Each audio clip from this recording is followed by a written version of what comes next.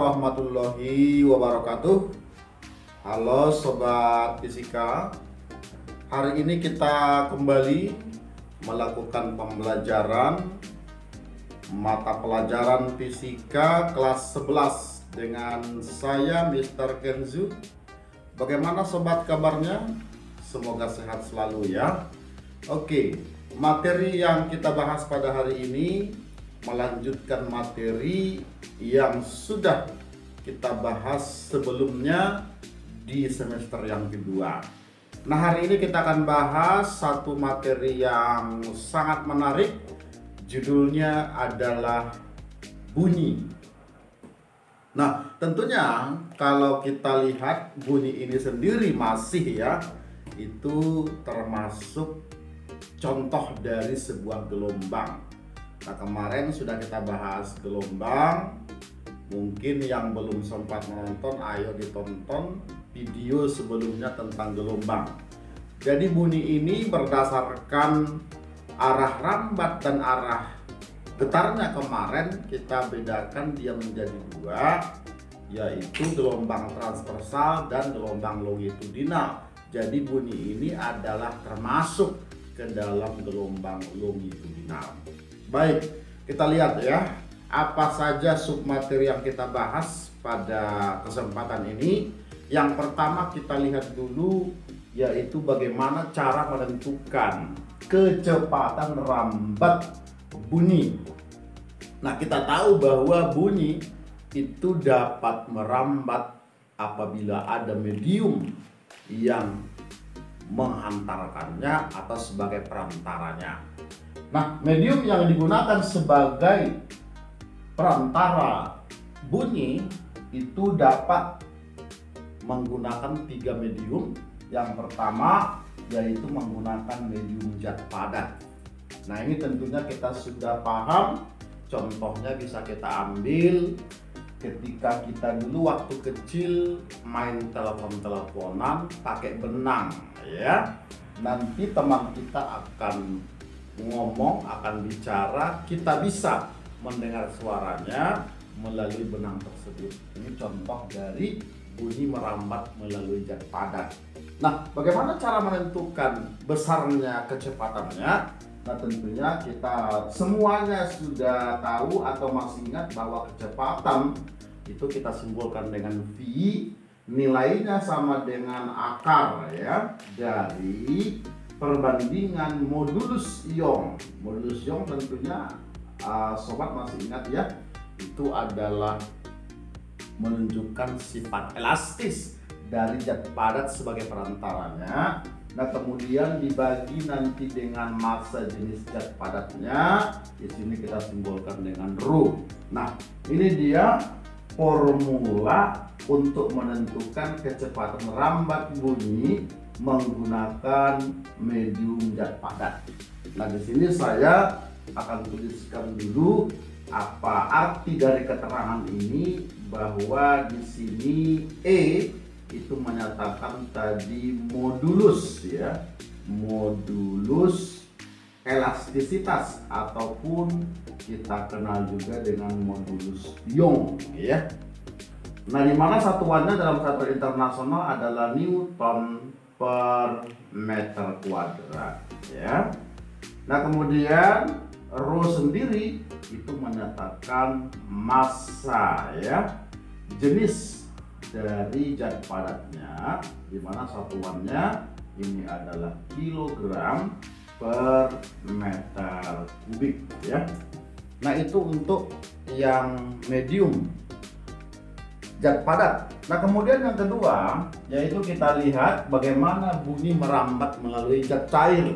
Nah, ini bisa kita lihat contohnya, misalnya kita lagi berenang, menyelam ada di dalam kolam renang, kita masih bisa ya mendengarkan suara orang yang lagi bicara ya di dekat kolam tersebut ya. Berarti bukti ya bahwa suara atau bunyi itu bisa juga merambat melalui zat cair.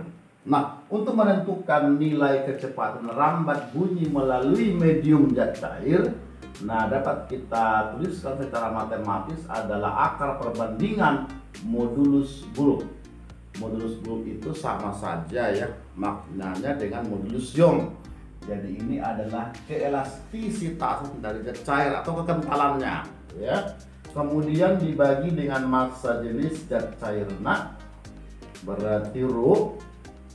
Nah, kemudian supaya tidak lupa, saya akan tuliskan dulu keterangannya di sini bahwa yang B tadi menyatakan modulus ya bulk. Berarti tadi ini menyatakan kekentalan ya daripada zat cair. Sebagai medium rambatnya satuannya sama, berarti Newton per meter kuadrat. Oke, kemudian berikutnya yang ketiga, bisa merambat melalui gas. Nah, contohnya misalnya kita ngomong ya, kemudian orang yang di sekitar kita bisa ya, orang di sekitar kita bisa mendengar suara kita, berarti bunyi itu merambat melalui gas ya. Nah, untuk kecepatan bunyi menggunakan medium gas, maka dapat kita nanti tentukan nilainya dengan formula yaitu gamma atau disebut dengan konstanta Laplace, kemudian dikali dengan konstanta gas umum R, kemudian dikali dengan suhu, kemudian dibagi dengan massa molekul relatif ya. Nah, kalau masih ingat ini sebenarnya adalah kecepatan rambat pada materi ya, gas ideal atau teori kinetik gas. Nah, coba dulu kita buat keterangan dari simbol-simbol yang ada di sini. Tadi gamma ini menyatakan ya konstanta atau tetapan ya, tetapan Laplace. Ini nama ilmuwan yang menemukan ya nilai daripada gamma ini. Nah, kemudian ada R tadi ya, R itu berarti tetapan ya, tetapan yaitu gas, dimana nilainya ini adalah 8 ya, 0,31, satuannya adalah joule, kemudian per mol dikali dengan Kelvin.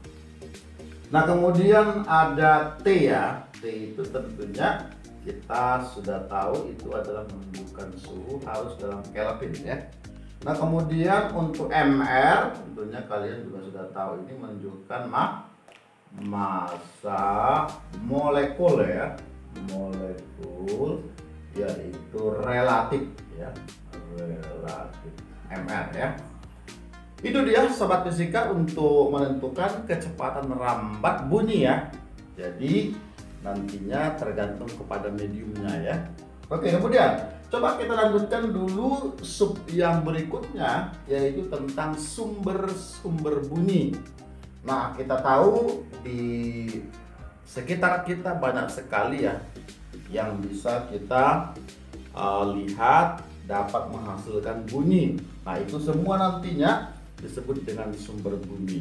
Nah, di sini kita akan bahas beberapa ya sumber bunyi ya, yang mana nantinya contoh sumber bunyi yang kita bahas ini bisa mewakili yaitu sumber-sumber bunyi yang ada di sekitar kita tersebut. Nah, yang pertama adalah dawai ya. Dawai ini adalah sumber bunyi yang mewakili, yaitu alat musik yang dipetik ya. Nah, contohnya gitar, kemudian harpa ya, kemudian piano, itu semua ya prinsipnya sama dengan dawai. Nah, kita lihat dulu bagaimana proses bunyi pada dawai ya. Jadi misalnya ini ada dawai ya, awalnya dia masih diam ya, masih diam, belum ada gelombang.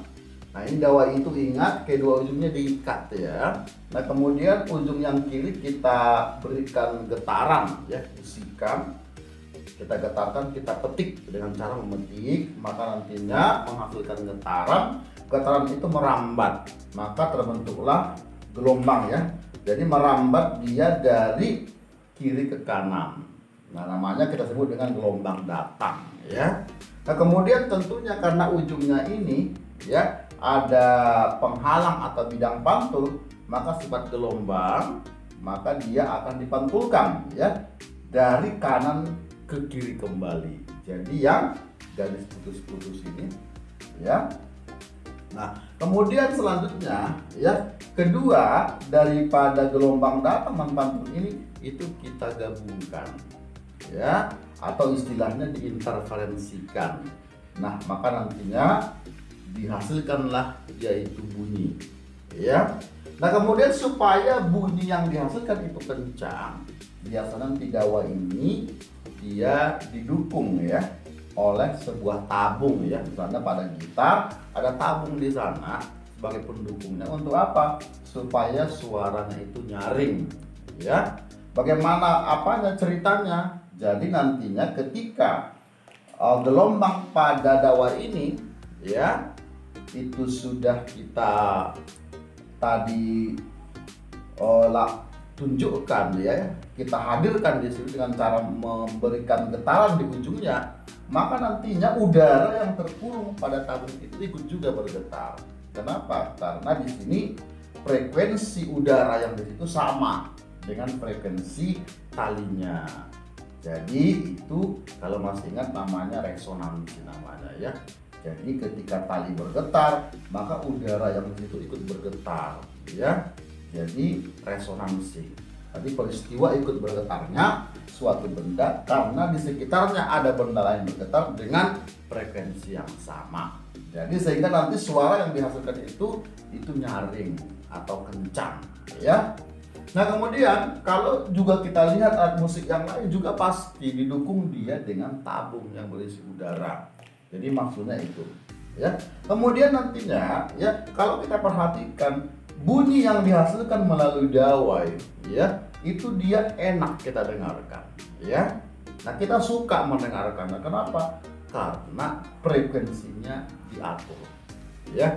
Jadi sesuatu bunyi yang frekuensinya teratur itu nantinya itu enak kita dengarkan. Nah, kita di sini mempelajari dawa ini yaitu bagaimana cara mengatur frekuensinya, bagaimana mengatur nanti panjang gelombangnya ya. Nah, kecepatannya supaya enak kita dengarkan ya. Nah, begitu kira-kira bagaimana proses dihasilkannya bunyi pada dawai.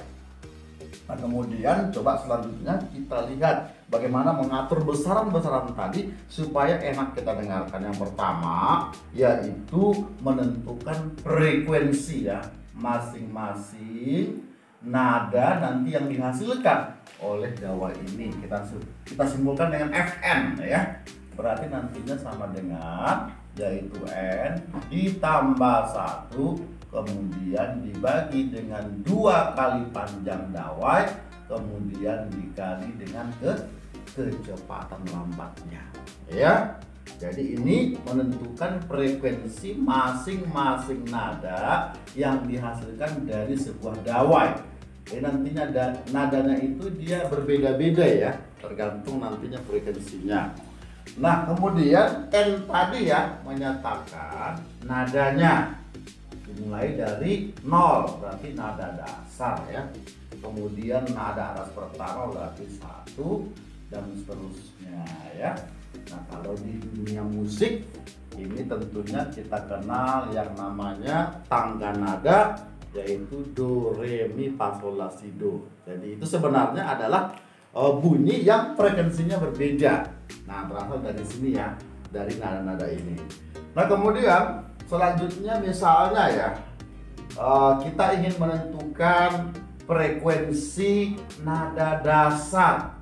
Berarti kan kita gunakan N-nya 0 berarti. Nah, berarti masukin aja N sama dengan 0. Berarti kalau 0 tambah 1 1 berarti rumusnya adalah 1 per 2L kemudian dikali dengan pi. Nah, begitu contohnya. Nah, kemudian selanjutnya yang kedua bagaimana cara ya menentukan jumlah gelombang yang terbentuk masing-masing nada.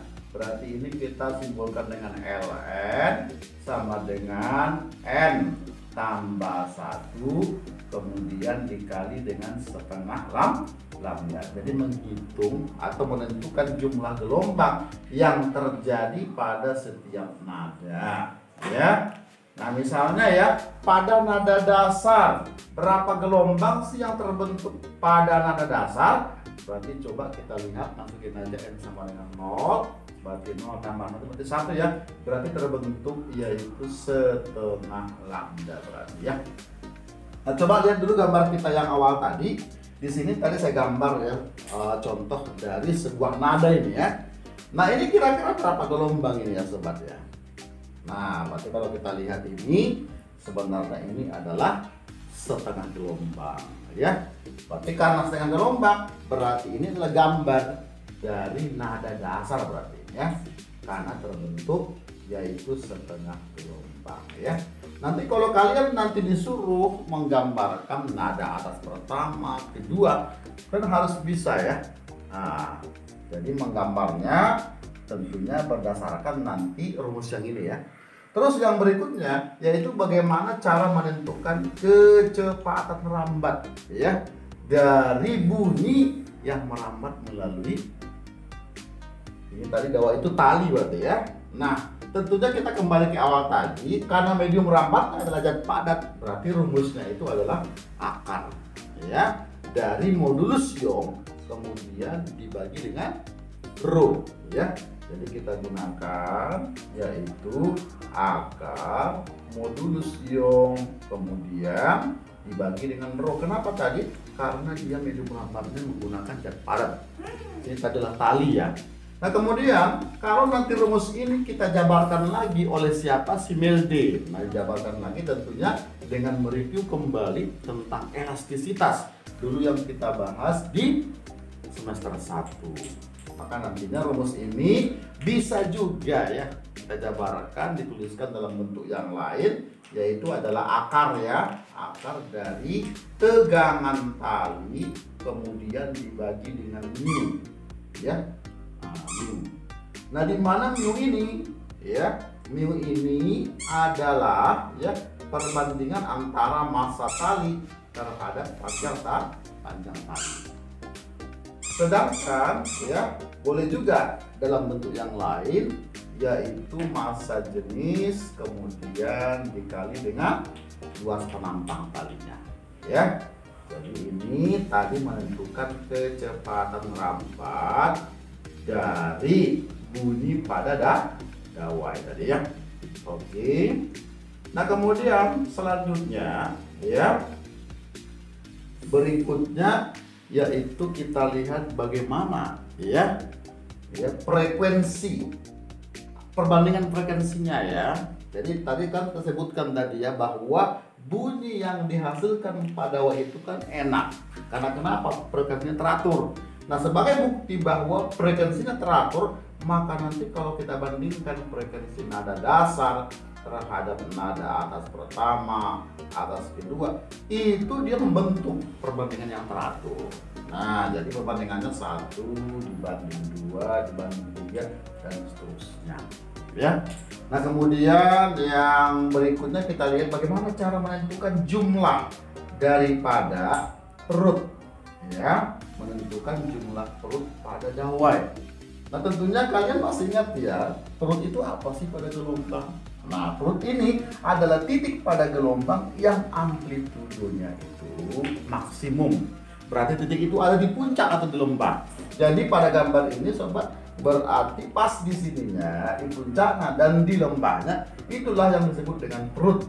Jadi kita simbolkan dengan P ya. Jadi berapa perut yang terbentuk pada nanti masing-masing dawai di nada-nada tertentu, maka nanti ini dapat kita cari dengan rumus n ditambah dengan 1 ya. N itu buat nadanya. Nah, kemudian kalau misalnya nada dasar ya, nada dasar berarti masukin aja yaitu n sama dengan 0. Berarti 0 tambah 1 berarti pada nada dasar terbentuk perutnya 1. Nah, jelas ya pada gambar ini perutnya cuma 1. Nah, kemudian yang berikutnya bagaimana cara menghitung jumlah simpulnya. Nah, kalau simpul berarti dia lawan dari perut. Jadi titik pada gelombang yang amplitudenya minimum. Berarti titik itu pasti ada pada posisi awal tali. Nah, jadi kalau yang ini sobat ini, perpotongan daripada gelombang ini dengan posisi awalnya ini yang disebut dengan simpul ya. Ini juga simpul ya. Berarti kalau pada nada dasar berapa jumlah simpulnya, maka rumusnya n ditambah dengan 2 ya.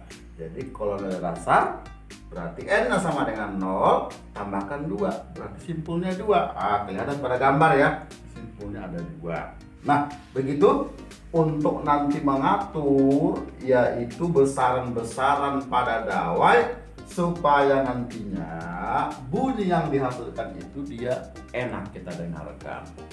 Nah sobat, itu kira-kira materi dari sub awal di bunyi ini. Nah seterusnya kita akan lihat soal-soalnya. Oke, kita lihat ya soalnya dari materi yang kita sudah bahas tadi ya. Dari sini yang pertama ya, contoh soal yang pertama ada 2 batang logam. Nah kemudian ini modulus Youngnya masing-masing untuk yang A 0,2, sedangkan yang B nya 4 ya, kali 10 pangkat 11 Pascal. Perbandingan massa jenisnya 20:1. Ditanya berapakah perbandingan kecepatan rambat bunyi melalui kedua logam tersebut. Nah tadi kita sudah paham tadi bahwa nilai kecepatan rambat bunyi melalui medium padat tadi adalah akar ya dari modulus yang dibandingkan dengan massa jenis dari zat padatnya.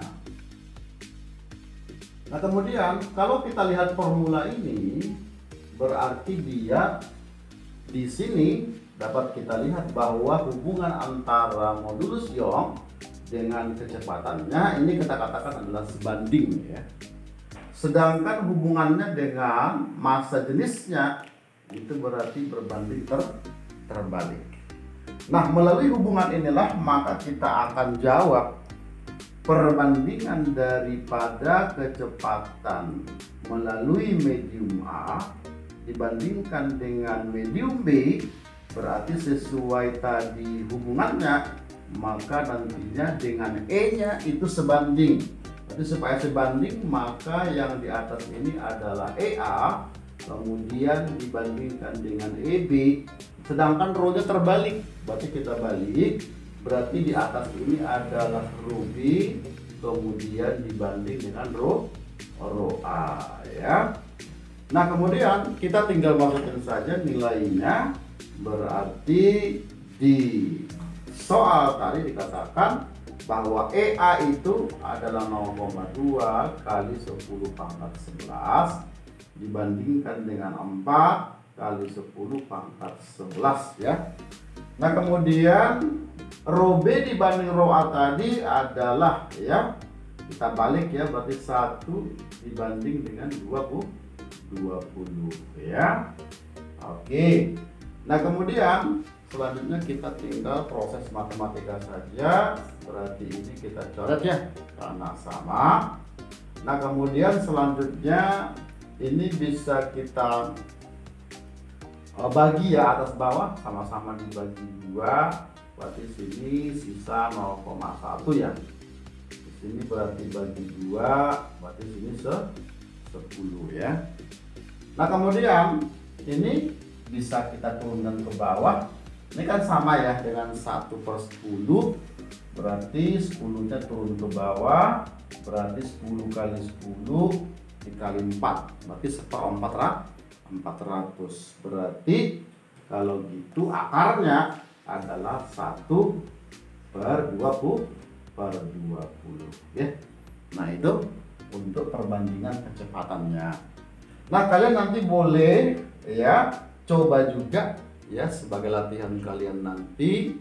Nah di sini ada soal diminta perbandingan kecepatan rambat bunyi dalam medium gas ya, yaitu gasnya antara oksigen dengan hidrogen.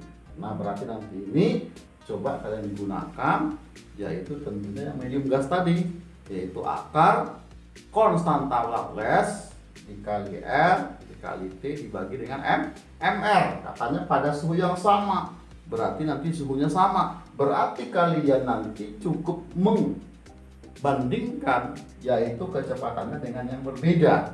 Yang berbeda apanya? Nah, yang berbeda tentunya ini oksigen sama hidrogen ini, berarti MR-nya yang berbeda. Jadi cukup nanti dibandingkan dengan MR. Berarti tadi kalau di rumus itu tadi MR itu dengan V-nya berbanding terbalik ya. Kalau MR kalian sudah tahu ya tentunya ya, di kimia ya, oksigen itu berapa MR-nya, oksigen itu, hidrogen itu berapa MR-nya. Oke, silakan dicoba. Nah, kemudian untuk contoh yang kedua, di sini kita lihat untuk dawai ya. Jadi ada seutas dawai panjangnya 90 cm bergetar pada nada atas pertama dengan frekuensi 300 Hz. Tentukan frekuensi pada nada atas kedua. Nah, berarti kita langsung aja masuk ke formula menentukan frekuensi masing-masing nada pada dawai tadi ya. Berarti Fn itu tadi sama dengan N, kemudian ditambah dengan 1 dibagi dengan 2 kali panjang, kemudian dikali dengan V tadi ya. Nah, selanjutnya, nah coba ini ya kita masukkan ya. Nah, kita masukkan nilai frekuensi yang diketahui di soal tadi, yaitu atas pertama, berarti N-nya 1 ya. Berarti kita masukkan frekuensinya 300.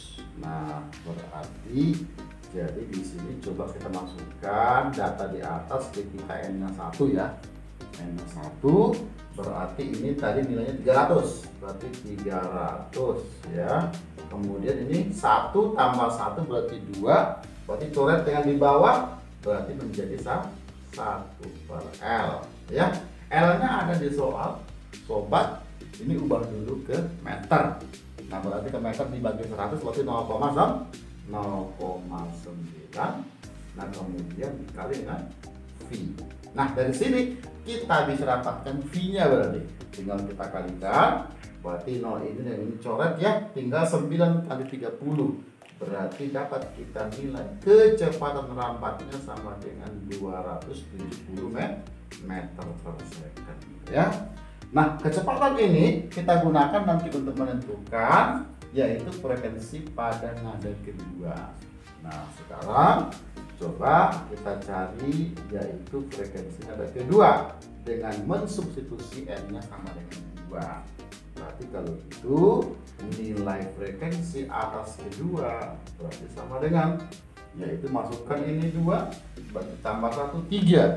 Berarti ini menjadi 3 per 2 ya, yaitu L ya.